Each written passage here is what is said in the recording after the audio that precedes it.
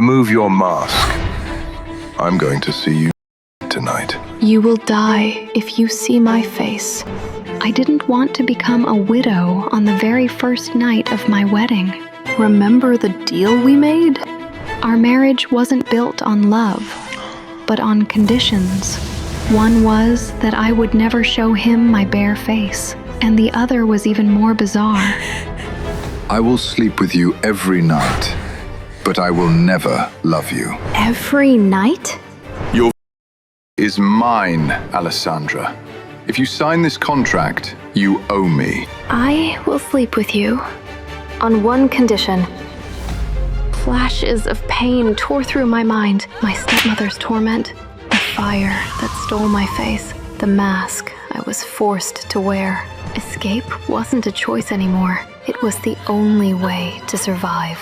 You will have to protect me from my evil family. Duke Edgar nodded and reminded me again. Don't fall in love with me, Alessandra. This is a marriage of contract, not romance. So I signed Duke Edgar's contract to escape my family. But on our wedding day, my stepsister Kate was furious that Duke Edgar had chosen me instead of her. I will never forgive you. Kate had screamed as she attacked me with a knife. You stole my love. But Duke Edgar rescued me. Don't you dare touch my wife. Only I knew the truth, that I was a wife who could never fall in love with her own husband. But when he kissed me on our first night, my world shattered. I felt something I hadn't dared allow myself to feel. Dear Diary, despite everything I promised, I'm in love with my husband. He touched me like I wasn't, held me like I mattered, looked at me like I wasn't just a womb to breed an heir, but a person, a woman, his wife too. And now the truth won't stop echoing in my chest. I've fallen in love with my husband, utterly, desperately. And if he ever finds out, if he reads this or sees it in my eyes, he'll end the contract. He'll send me back to that house, that cage, that life. And this time, I don't think I'll survive it. Alessandra stared at the ink-stained confession. The truth bled across the page like a wound. Slowly, she closed the diary. She returned it to its hiding place beneath the floorboard, pressing it flat and replacing the panel. Her fingers lingered there too long. The page was still warm, and the door was already opening. Later that morning, when she had gone to bathe, Alfred entered to clear the tea tray and linens. He was a quiet man, methodical, loyal. But something gave him pause, a floorboard slightly misaligned. Curious, he knelt and lifted it. His eyes landed on the leather-bound diary. He hesitated. Alfred had served House Collins for decades. He knew the look of something not meant to be found, but duty is a blade with two edges, and his master's safety was paramount. With reluctant fingers, he opened the book, just a single page. Then he closed it. His face paled. He slipped the diary into the inner pocket of his coat and made his way through the corridors to the Duke's study. He knocked once, firmly. Enter, came the Duke's voice. Alfred stepped inside, shut the door behind him. With a solemn expression, he placed the diary on Edgar's desk. My lord, He said softly. you should read this. The Duke's fingers brushed over the worn leather. Even before he opened it, he knew. He had felt it too. Something forbidden, something fragile, something dangerously close to love. And he began to remember how it had started 2 months ago. Are you selling your daughter or just one of your cows? Duke Edgar Collins said dryly to the overeager mother, presenting her daughter like prized livestock. I beg your pardon, Duke? She replied in shock, gripping her daughter's arm as the other party guests turned toward the exchange. I've already told you. I'm not interested in marriage. And yet, you continue to parade your unfortunate daughter in front of me. Love is a lie men sell to trap women in cages. I have no use for it. The Duke had already been bombarded with 3 eligible maidens that night, and his patience was wearing thin.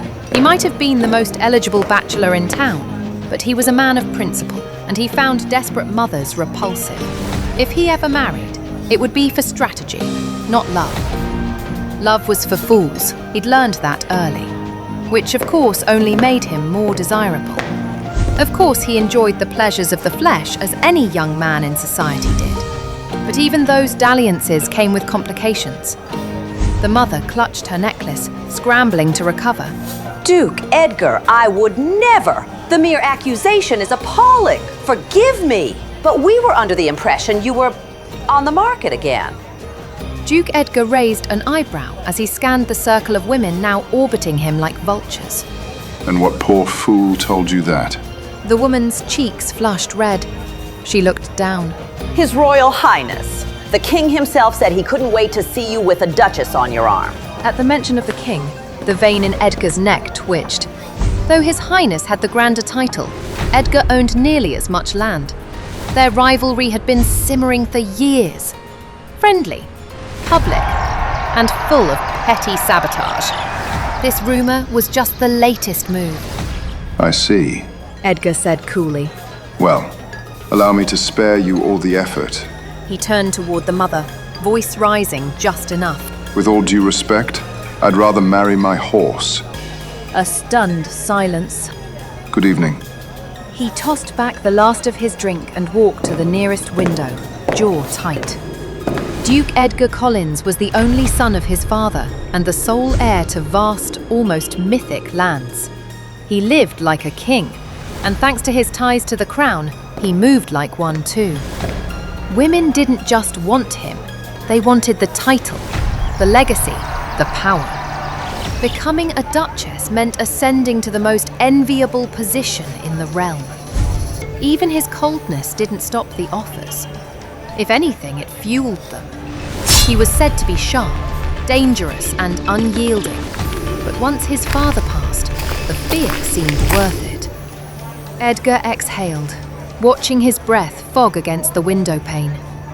It's going to be a miserable evening. He muttered. He felt like a man trapped in a viper's nest, and every snake wanted a ring. Edgar had no idea why he agreed to attend the Baron's party. Desmond Barrett was a man he barely tolerated. His empire was crumbling, and Edgar couldn't imagine why a man on the brink of bankruptcy would throw such an elaborate event. Duke Collins! The man himself appeared, Baron Desmond, grinning far too widely. He shook Edgar's hand with both of his, bowing deeply. It's an honor to have you here, Your Grace. Edgar was used to flattery. It didn't mean he liked it. Baron. He said coolly. So kind of you to grace our little soiree. Save it, Baron. You know why I'm here. Edgar's voice dropped. Unlike the king, I'm not convinced you're useful to our cause. He was investigating the disappearance of several young women in the region. Desmond had sent a note, claiming he had information, asking Edgar to speak with him here. Edgar saw through it immediately. Of course, of course. Desmond stammered. But what kind of host would I be if I didn't offer you a drink? I'm not here to drink. I have about as much patience for liars as I do for criminals. Edgar growled, grabbing Desmond by the collar as several guests gasped. If you invited me here just to parade me in front of your guests, I'll have you hanging by sunrise. I'm sorry. Edgar's grip tightened. Sorry. His eyes burned. You're wasting my time. And it wouldn't take much to snap the neck of a thin, aging little man. Desmond's skin prickled as the Duke's cold breath brushed his cheek. I have information. Desmond choked. I swear. It's upstairs. Good boy. Edgar stepped back with a cruel smile. I look forward to hearing it. Now get the hell out of my sight. I'll need a smoke. Alone. The garden is off limits to guests. But for you, of course, It's open. Desmond straightened his jacket, trying to recover some shred of pride. My daughter Kate is out there as well. I'd be honored if you spoke with her. Briefly. She's fluent in 4 languages. Refined, elegant, and said to be one of the most beautiful women in the kingdom. Edgar narrowed his eyes. Do I look like a shooting star to you, Baron? Desmond blinked. A shooting star? You seem to think I grant wishes. Edgar stepped forward again. Run along and bring me the information. And stop haggling your daughter like cattle. You insult both my intellect and my time. Yes, sir. My apologies. And just like that, Desmond vanished into the crowd, tail tucked and pride in shreds. Edgar exhaled slowly. He made a note to never take another house call under the king's orders. Desmond Barrett was nothing more than an opportunist, using Edgar's name to draw a crowd and pawn off his daughter. Before anyone else could introduce their livestock, Edgar turned sharply and walked in any direction, just to get away. "Follow after him," he heard someone mutter behind him.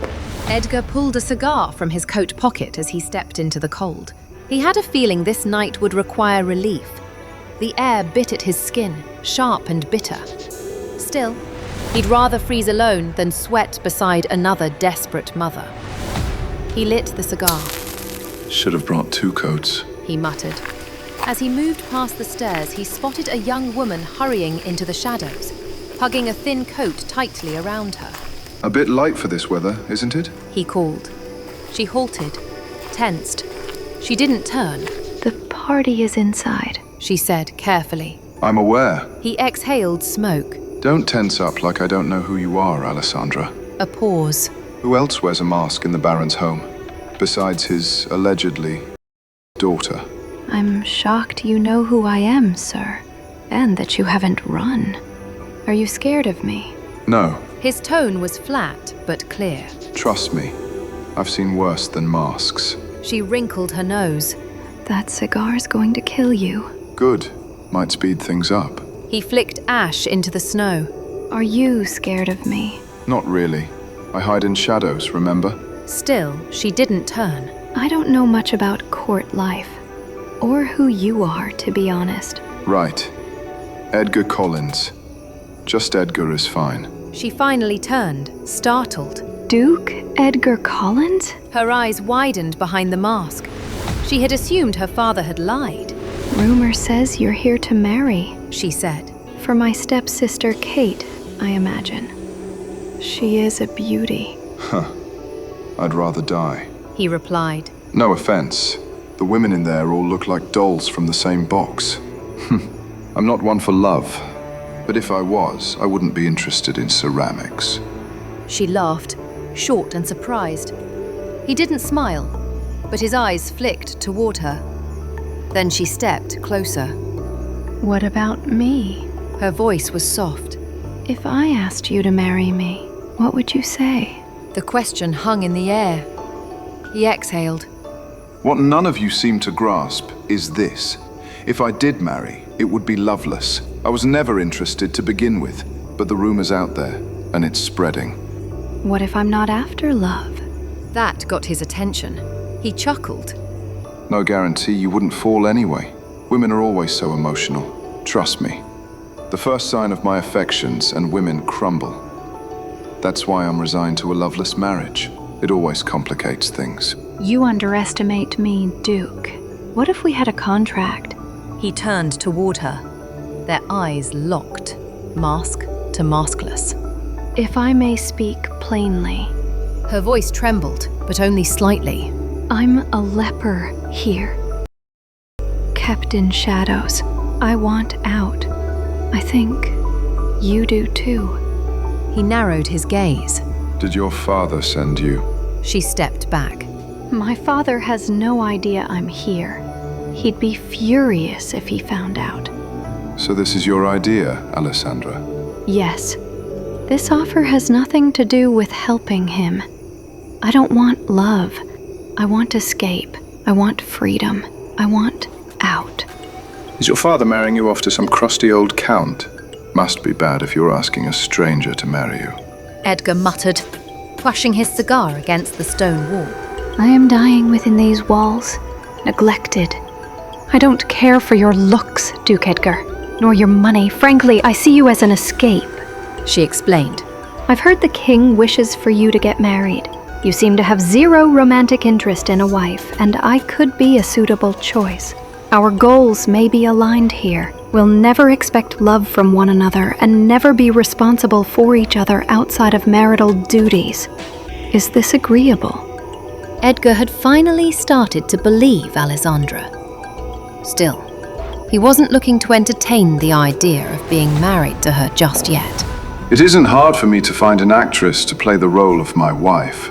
If it were so easy, you would have done it already. Alessandra said. If the king set this up to toy with you, choosing a wife like me will surely drive him crazy. You're sharper than I expected. The rumors about your timidity and reclusive nature are clearly false. Alessandra didn't break his gaze. And you are said to be a... But you seem almost human to me. I do what I must to survive. If my terms are not agreeable, I shall leave you be. Alessandra said as she took a step toward the door. Meet me at my estate tomorrow. We will discuss this further, and then I will give you my answer. Alessandra couldn't believe he was considering it. Your estate? You know, I don't usually travel that far from home. Then consider it a test. I want to see how serious you are. Now, if you'll excuse me, I'd like to retire for the evening. I bid you good evening, Miss Alessandra Barrett. Hopefully we shall see each other soon. Edgar turned on his heel and began making his way back inside to say his goodbyes to the Baron. We shall see each other tomorrow, She whispered to herself, watching him go. Duke Edgar?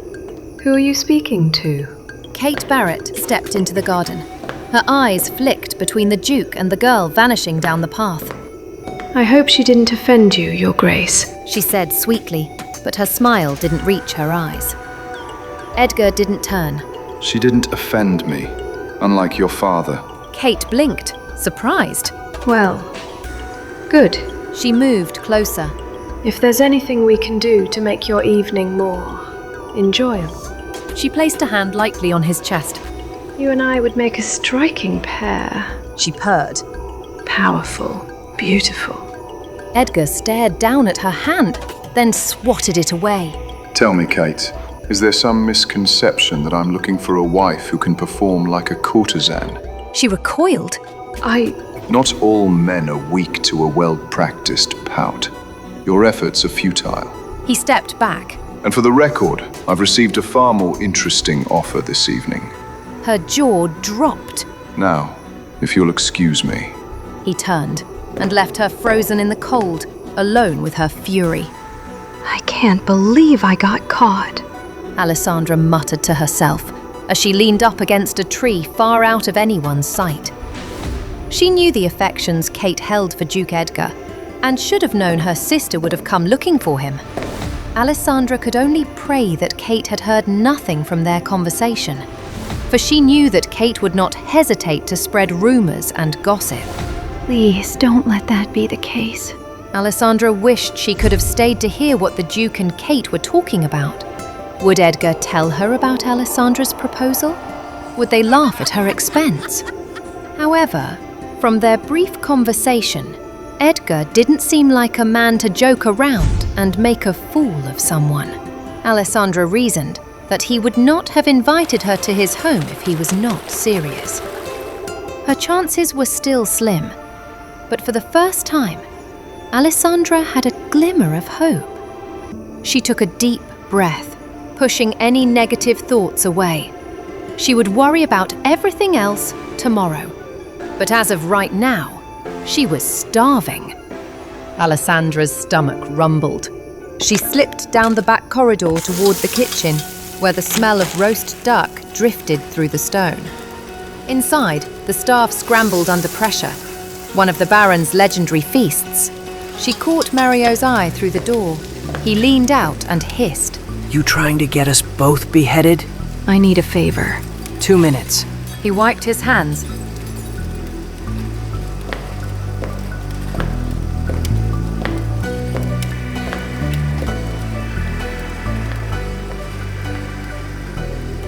and joined her under the archway. I need the coachman tomorrow. She whispered. A ride, quiet, no questions. My family can't know. That's no small ask. You're closer to him than I am. If I ask, he'll bolt before I open my mouth. Because of the...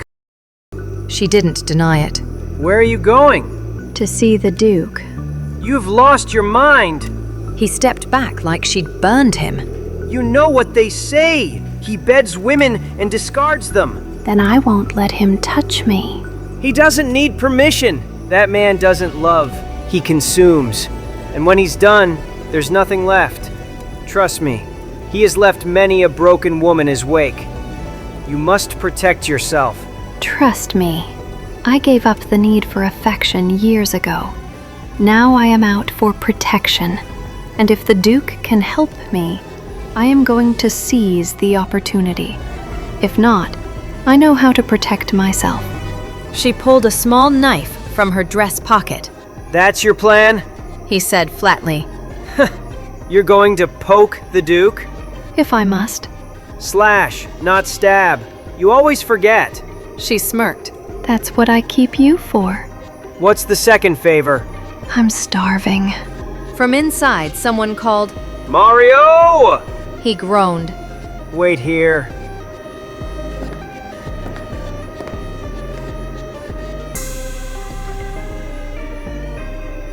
Alessandra leaned against the cold stone, tapping her fingers to the waltz drifting in from the ballroom.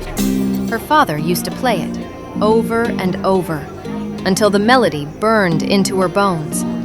She let herself imagine silk gowns, candlelight, someone offering her a hand. Mario returned with a plate. A bit of everything, He said. You're a saint. Don't die tomorrow, all right? He winked, then disappeared back inside. She turned, and before she knew it, morning had arrived. My lady, your breakfast. Came a voice outside her door. 3 knocks. Alessandra groaned, stretching. She blinked at the ceiling. Today could change everything. My lady? That voice wasn't the usual maid's. Too nervous.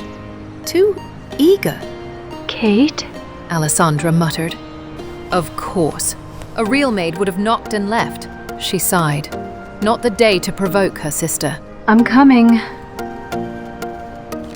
She put on her mask, crossed the room and unlocked the door. The maid stood there, head bowed. Your breakfast. The tray sat on the floor. Alessandra bent to pick it up and a shoe pinned her hand to the ground. Good morning, sister. Kate said sweetly. Alessandra flinched. Good morning. Run along. Kate snapped at the maid. She stepped closer. Did you have fun last night, Alessandra? Yes. Kate's smile cracked. Yes? In my room. I heard the music. Kate narrowed her eyes. What did you say to the Duke? I didn't realize he was there when I came for dinner. Alessandra lied smoothly. He scolded me. Then you arrived. That's all. Kate pressed harder on her hand.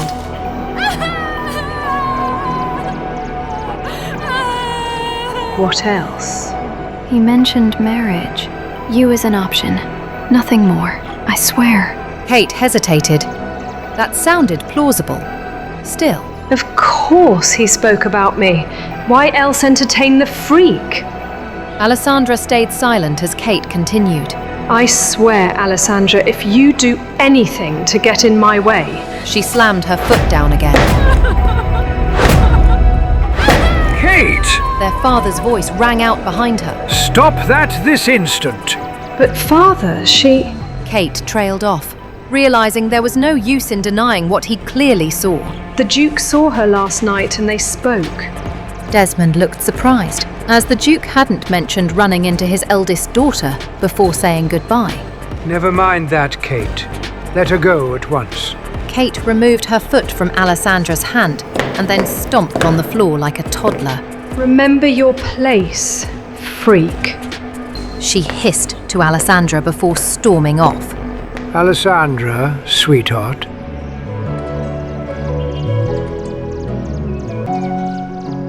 The Baron inched closer to his daughter. Can you tell me what happened between you and the Duke last night? Why were you out of your bedroom? You know, there was a party. No food came last night, and I was hungry. The garden is off limits, so I thought I could run by quickly. That is all, said Alessandra. What did you talk about? Alessandra kept her head down low. He only wanted to make sure he could smoke there and talked about Kate as a marriage candidate. Really? He was worried Kate had not seduced the Duke last night.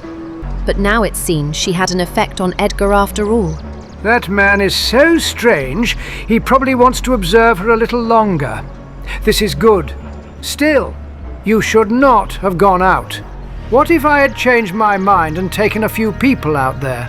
I am sorry, Father, she replied. Fine, fine. There's absolutely no point in scolding you. Whoever did not bring your food is to blame. I'm sorry about what Kate did, but she's just looking out for the family. Desmond was worried, but since Edgar mentioned nothing, he assumed it meant that Alessandra had not offended him. You must be bored in your room all the time. Let me get you some entertainment. Name anything, and I shall fetch it right away. Since you asked, I have run out of things to paint. Can I ride around in the carriage to see places to paint? I won't get out, I promise. Desmond placed his hand on his hip, as this wasn't something Katrina would agree with.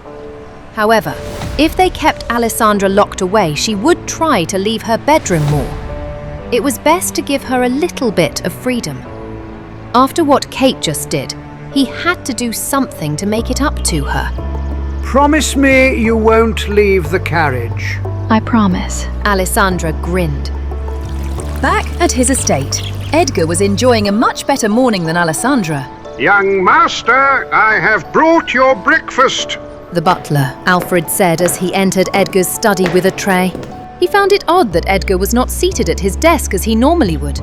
Instead, Edgar was peering out his window, which had a clear view of the entrance of his home. Alfred placed the tray down on the desk and straightened it out before turning around to see if there was anything else Edgar would need. Unfortunately, it did not seem like Edgar realized he was even there.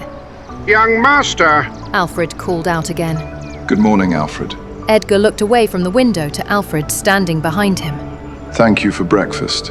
are you expecting guests? Should I prepare breakfast for them or have drinks prepared? Alfred figured that was the reason Edgar was staring out the window. The only person Edgar did this for was his mother, but it wasn't due to him being excited about her visit. Instead, Edgar did this to see who was tagging along with his mother, so he would know to abruptly leave home. I am honestly not sure. I gave her the invitation, but it is not certain she will arrive, unless she is truly desperate. Edgar went back to looking out his window. He was curious to see if Alessandra really would visit him. She was never seen out in public, so her coming all the way here to make a marriage contract with him was intriguing. A woman visiting in broad daylight? Alfred was utterly surprised. Edgar frowned, turning to look at Alfred once again. What are you trying to say, Alfred? That I am some kind of... Yes. Alfred bowed. Edgar couldn't believe Alfred had answered honestly. Had it been anyone else, Edgar would have fired them. But Alfred was a long-time friend and father figure. I am not. Please refrain from saying such a thing if the guest is to arrive. She might become the lady of this house. What? Alfred had to hold onto the desk to stop himself from falling. Edgar stared unamused at Alfred's dramatic reaction. Why are you acting like it's such a surprise I would get a wife? After a brief moment, Alfred recollected himself, since he needed to get the truth.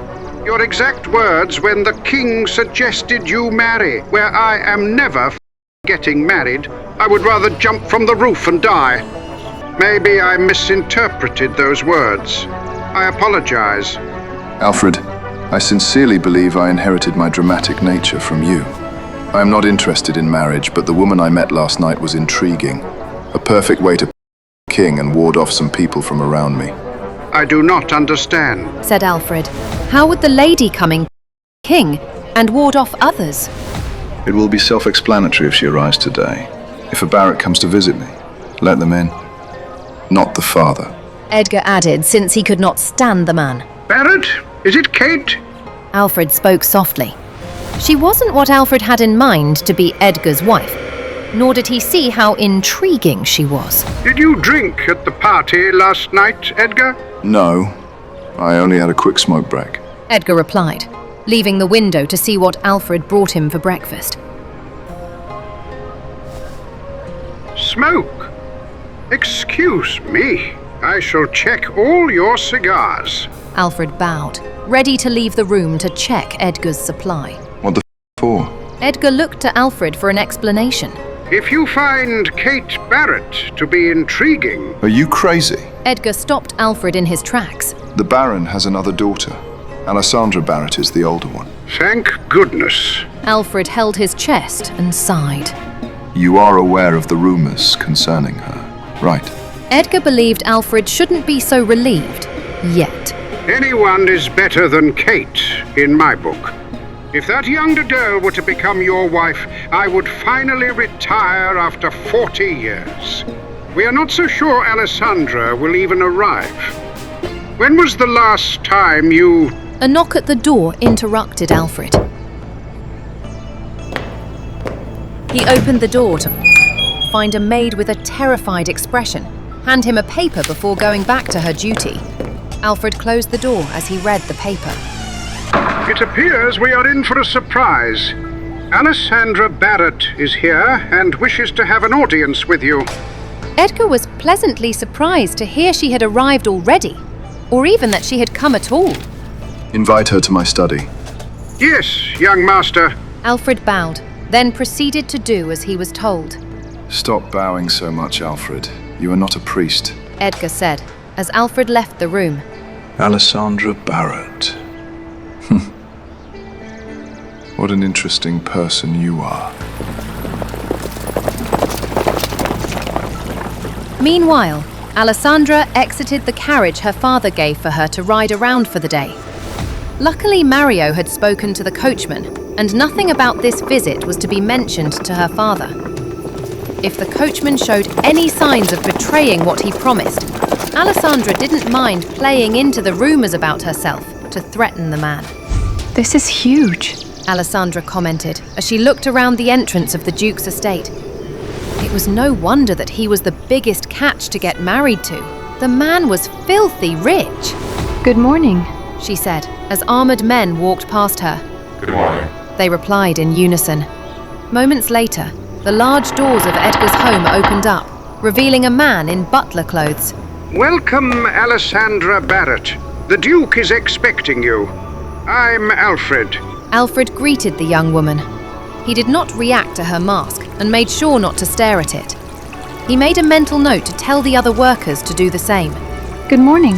It's nice to meet you, Alfred, Alessandra said as she approached Alfred. She held out her hand to properly greet the man when she stood in front of him. Alfred shook her hand happily. It was rare for many of Edgar's guests to greet him like this, but Alessandra did it without a second thought. Come, I shall lead the way. Alessandra felt unable to breathe when she entered the Duke's home for the first time. The paintings, the opulence, the space. He is in here. Alfred knocked on the door and then opened it for Alessandra to walk in. Thank you, Alessandra told Alfred before entering the room. She felt her heart skip a beat when the door closed behind her, and Alfred had not come in behind her. I wasn't expecting you to show up, but if you did, breakfast time was not my guess. Edgar sat at his desk, watching her every move. Why? Should I have snuck in at night like a thief? Alessandra responded without thinking. He liked her spark. I suppose coming at night would have made my men think you were a criminal. And why would I have invited you to my home if I were embarrassed by you? Take a seat. Edgar pointed to the free chair on the other side of his desk. I'm extremely curious to know how you were able to leave your father's home, when it is said you never leave. Did you play a trick on your father, or did he let you out willingly? As Alessandra was taking a seat, she digested Edgar's words carefully. I am not working with my father, if that's what you're trying to find out. In fact, I took a great risk being here today, and you must know that I am extremely serious about this. There is no going back for me. Does your father hate you? Edgar bluntly asked. Alessandra thought for a moment. I don't think my father hates me. He is ashamed of me. Who would want a daughter with a reputation like mine in a world like this? It is a parent's job to love their child, no matter what. It's a shame you were born as a baron's daughter. You would have been loved elsewhere. Someone must have been really jealous of you, Alessandra. I can hardly believe that, she said. Fine. Let's say I believe this is all you're planning, and your father is not involved. Why would someone who has lived a vast majority of their life in hiding want to marry someone who has the spotlight on them? Truthfully, I didn't plan on asking you to marry me. It was a spur-of-the-moment decision. I need an escape plan, and my only option is marriage. I never pictured that person to be as grand as you, but you fulfill all the criteria. Edgar raised an eyebrow. The criteria? I need to consider 3 things, Duke Edgar. 1, you are a private person, so there would be no need for me to mingle with many people. 2, I can ward off people from coming around you. Lastly, you are capable of controlling my family. That might be the most important. And it seems like you're the only one who could succeed, she explained. Duke Edgar weighed her words carefully. It is true that I like to keep to myself, but there are few parties I need to attend, whether it is hosted by family, friends, or work-related. Am I to show up without my wife? It would be boring if you hid all the time, said Edgar. He was not looking to have his wife be a prisoner. You are misunderstanding something, Duke Edgar. I never hid because I wanted to. I did what I was told to in order to survive. I would love to go out and view the town, attend parties, and dance around. I might not have the experience, and my confidence might need to increase, but I do not wish to live in the shadows anymore. She looked right into his eyes as she made this confession. Edgar made a humming sound as he contemplated something. A week ago, I would have never entertained this conversation with you. But I'm in the mood to play games. He placed a piece of paper on his desk. What is this? Alessandra asked, as she looked at the paper with fancy designs on the edges. A contract marriage needs to have rules and conditions, right? Edgar pushed the paper, a pen, and ink toward her. Let's get started. Alessandra's eyes widened as she realized he had officially accepted her proposal for them to get married. Isn't this a little too easy? I expected him to grill me some more, she thought. But she was also relieved. There was no going back for her. What are you waiting for? Edgar asked when she continued to stare at the paper without doing anything. Sorry. Alessandra reached for the paper and pen. She gasped when Edgar grabbed her hand before she could touch the paper. She felt a chill of warmth run through her body. What happened to your hand? Edgar spotted the bruising around her knuckles. Did you punch something, or did someone hurt you? It's nothing. Alessandra pulled her hand out of his grasp, but noticed he held his grip for a moment. He was already being protective. This is something new, she thought. It is something, Edgar said, voice cool. Seeing that you'll soon be my wife, I don't take kindly to someone harming what's mine. Name them, and I'll see them punished. It was an accident, Duke Edgar. Just Edgar. He flicked his cigar against the stone. We'll revisit it. I will try, Alessandra murmured. Based on our terms, no love shall be the first condition. No love. He tilted his head. And how do I know you won't fall in love with me anyway? Alessandra looked up from the page. He was handsome, sure, but she didn't know him, and she wouldn't have spoken to him if not for desperation. Trust me, you're not my type, Edgar. So you do have a type? He smirked. Now I'm curious. I was hidden away, not blind. Now, what should the second condition be? Then let's make it formal, he said. If either of us breaks this rule, if you confess love, act on it, or expect it, you forfeit the contract. He tapped the page with his finger. You'll be sent back to your father. No protection, no shelter, nothing. Alessandra froze. And you? She asked. If you fall in love? I won't. He said simply. But if I do, Alfred will be a witness. He's the enforcer. He'll dissolve the agreement. You'd risk your name on a servant's word. Alfred has no reason to lie, and neither do I. A beat passed. Then she nodded. Fine. I have something else, she said. Out with it then. This must remain a secret. Only Alfred, my butler, will know. He'll protect you if needed. Fair enough. She nodded. I must insist on keeping my mask until I feel safe, until I know it won't harm anyone. Your mask, your choice. Then, dryly. But I must insist we share a room. You look surprised. Did you think I wouldn't sleep with my wife? Alessandra flushed. I just assumed we'd have separate beds, since it's a contract marriage. We'll be married. Couples sleep together. It's expected. Her cheeks turned red. I suppose that makes sense. Everyone does it. Young or old. Edgar said, leaning over her to grab the pen. Their hands brushed. Young? How young? She asked, flustered. He raised an eyebrow. Sleeping, Alessandra. I meant sleep.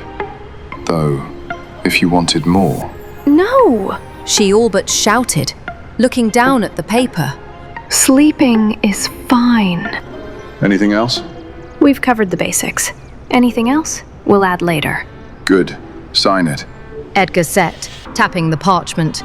Don't you want to add a punishment clause? If the secret gets out, you'll suffer far more than I will. I'm still a duke. You'll be mocked for begging for a marriage contract. Alessandra's lips pressed into a thin line. She nodded. One more thing. Edgar added. This marriage is forever. I thought that was obvious. Forever? Alessandra echoed. I assumed a year, maybe 2. Do you plan to break your vows?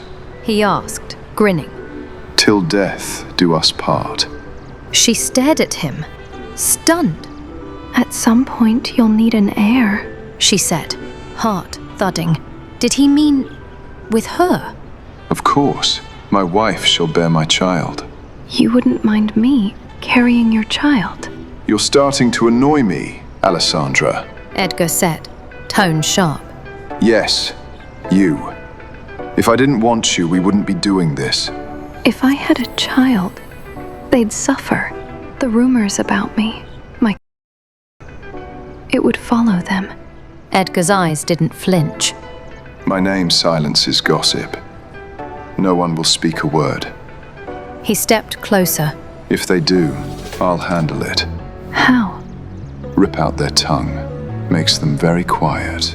Alessandra didn't doubt him. Something dark in his tone made her pulse quicken, though she wasn't sure if it was fear or something else. We can continue, she said softly, picking up the pen. Giving him an heir didn't scare her, not if he meant to protect them. Edgar, he reminded. Sorry, Edgar. You'll get used to it, he said. I'll visit your father tomorrow. Ask for your hand. Publicly, to prevent another accident. He noticed how she tucked her hands away. Would you prefer to move into my estate before the wedding? That would cause gossip. He didn't flinch. Let them think I got you pregnant. My reputation's already filthy. She blinked. Won't that ruin you? He gave a short laugh. Add it to the list.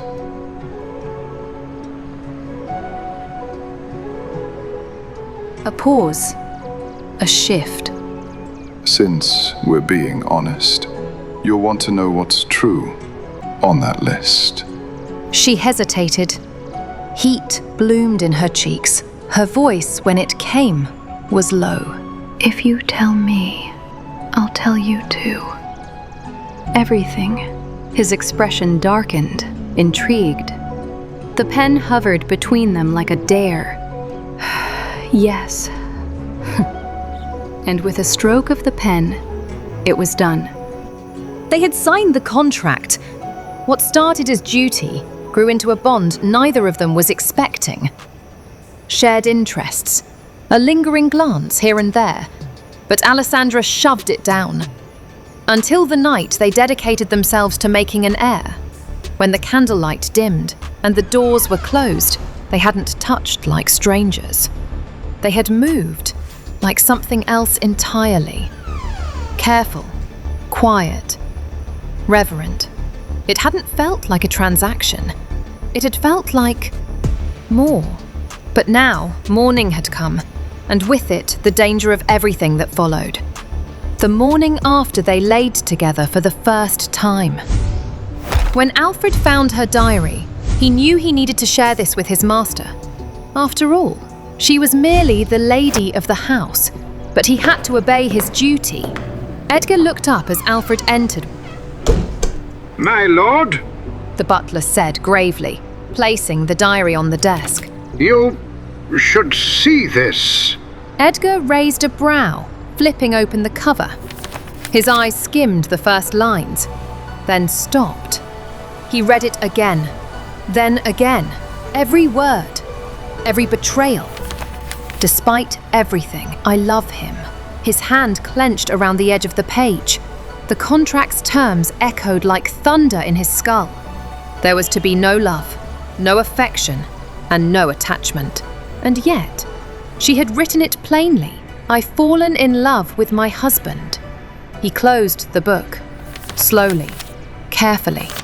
Something stirred inside him he didn't recognize, and he couldn't tell if it was anger or his desire being met. That evening, dinner was quiet. In fact, it was too quiet. Alessandra sat across from him, dressed in pale silk, her hands folded neatly in her lap. She tried to meet his eyes, but he barely looked at her. He'd said almost nothing since she entered. The silence stretched. She reached for her glass, fingers trembling slightly. I saw a kestrel outside the east window this morning, She said gently. First one I've seen since the frost. He didn't respond. Not until the final course arrived. Then he set his fork down, lifted something from his lap. A small, leather-bound book. Her breath caught. Her pulse stopped. The color drained from her face. He placed the diary on the table between them like a knife. He looked at her, not with rage, but with betrayal, as if her heart had committed treason. I believe. He said evenly, his voice cold and clipped. You remember what the contract forbade most clearly. She couldn't speak. He leaned forward, eyes sharp. I've read your words, Alessandra. Every last one, a beat of silence. Her chest rose and fell in shallow gasps. And then, So tell me, he said, his tone deceptively calm. what exactly am I supposed to do with a wife who's broken the one rule that cannot be undone? Will the Duke cast Alessandra aside for betraying their terms? Has he been hiding feelings of his own all along? Or will this be the moment their cold marriage begins to burn with something real? To find out what happens next, listen to the audio series, The Duke's Masked Bride, only on the Pocket FM app. Install the Pocket FM app within the next 30 seconds to download 27 free episodes before this offer disappears.